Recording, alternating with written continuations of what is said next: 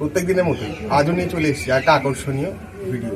আজকে cranberry hibiscus বা sorrel hibiscus মানে সোরেল জবা যেটাকে বলা হয় ভারতীয় ভাষায়, সেই গাছ আমার কাছে অলরেডি ছিল এবং এই মাদার প্ল্যান্টটা যথেষ্ট লম্বা হয়ে গিয়েছিল। তো আমি সেটাকে কাটিং করে নিয়েছি বন্ধুরা। এবার সেই কাটিং থেকে নতুন পরিমাণে সোরেল জবা বা ক্র্যানবেরি হিবিস্কাস গাছের গ্রোথ কিভাবে করতে হয় আজ এই ভিডিওর মাধ্যমে আপনাদের সামনে তুলে ধরব। তো বন্ধুরা, আমার কাছে এই ক্র্যানবেরি হিবিস্কাস বা সোরেল জবা যেটা হয় সেই গাছটা ছিল, মাদার গাছটা অনেক বড়। তো আমি সেটাকে কি করেছি বন্ধুরা, ছোট ছোট পিসে কয়েকটা কাটিং নিয়েছি। তো মোটামুটি বন্ধুরা দেখুন, এগুলো মোটামুটি আমার 8 থেকে 9 ইঞ্চি করে কাটিং হয়েছে। তো চাইলে আপনারা এর থেকে ছোট কাটিং করতে পারেন। এবার আমি ভিডিওতে আপনাদের বসিয়ে দেখাবো কিভাবে এই কাটিংগুলোকে থেকে নতুন গাছ প্রপাগেশন বা নতুন গাছ তৈরি করা হয়। এই 6 থেকে 8 ইঞ্চি যে কাটিং নিয়েছি, সেই কাটিংটাকে আমি কি করবো, প্রথমে কাটিং এর নিচের দিকটা, অর্থাৎ একটা মাথার দিক হয় একটা নিচের দিক হয়। নিচের দিকটা আপনারা চাইলে একটা ধারালো ব্লেড দিয়ে ভালোভাবে ছুলে নেবেন। দেখুন বন্ধুরা, আমি কাঁচির তলা দিয়ে এটাকে সুন্দর করে ছুলে নিচ্ছি। ছুলে দেখবেন হালকা সাদা অংশ বেরোবে।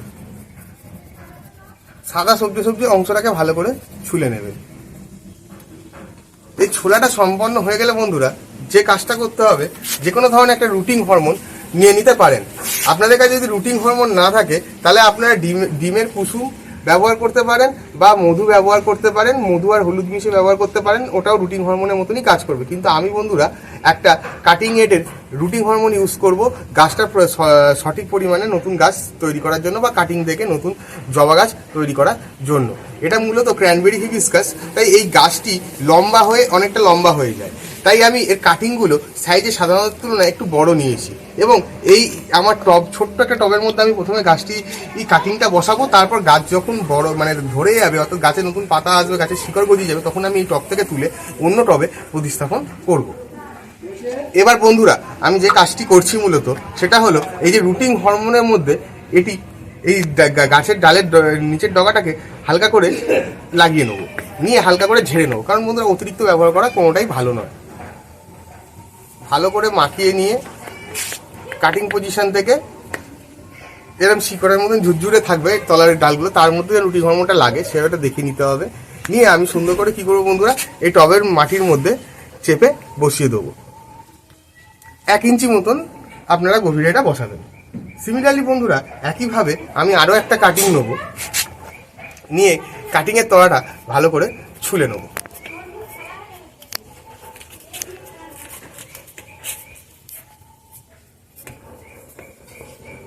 তো বন্ধুরা এইভাবে যে কোনো ধরনের জবা গাছের কাটিং থেকে কিন্তু আপনারা নতুন গাছ তৈরি করতে পারেন।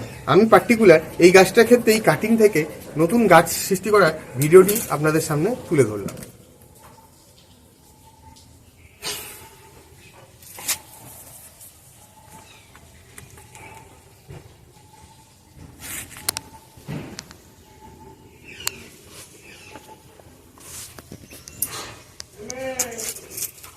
বন্ধুরা আরও একটা কাটিং নিয়ে নিয়েছি আমি, সেই কাটিংটাও একইভাবে তলাটা ভালো করে ছুলে নেবো।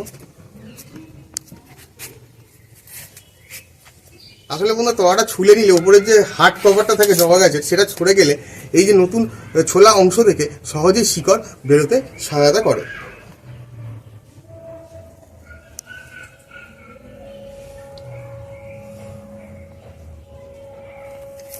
আর বন্ধুরা দেখুন, এটা আমার গাছের একদম ডগার অংশ ছিল, তো কাটিং করেছি, এর মধ্যে অলরেডি কিন্তু অনেক ফুল আছে। তো এটা আমি জাস্ট একটা অ্যাসিড টেস্টের মতন করবো, অর্থাৎ আমি জানি যে এই ডগা অঞ্চলটা কোনোভাবেই আর নতুন গাছ সৃষ্টি করতে পারবে না, কারণ এতে প্রচুর পরিমাণে ফুল আছে, মাটি থেকে প্রচুর পরিমাণে জল ও সার টানবে।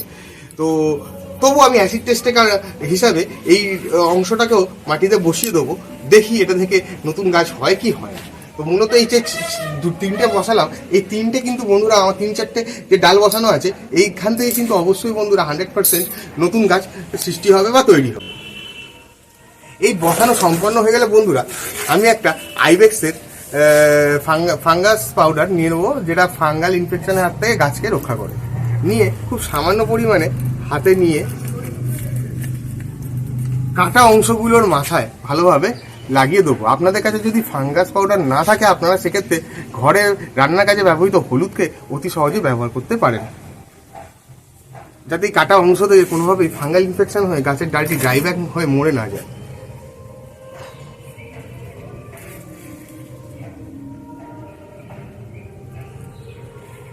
এবং গোড়ার দিকে অবশিষ্ট ফাঙ্গাস পাউডারটাকে মাটির মধ্যে ছড়িয়ে দেবো। এবার বন্ধুরা পরিমাণ মতন 1 লিটার জল আপনাদের টব অনুযায়ী ভালো করে গাছের গোড়ায় দিয়ে রেখে দিতে হবে এবং এটি ছাওয়া জায়গায় 2 সপ্তাহের জন্য রেখে দিলে এই দেখবেন নতুন যে কাটিং থেকে যে জবা গাছ আমরা তৈরি করব সেই নতুন জবা গাছে নতুন নতুন পাতা আসবে এবং সেই গাছটা ফুলে ভরে। দেখুন বন্ধুরা, কাটিং করার 1 সপ্তাহের মধ্যে কাটিংগুলো থেকে কিন্তু নতুন নতুন ছোট ছোট পাতা বের হয়েছে।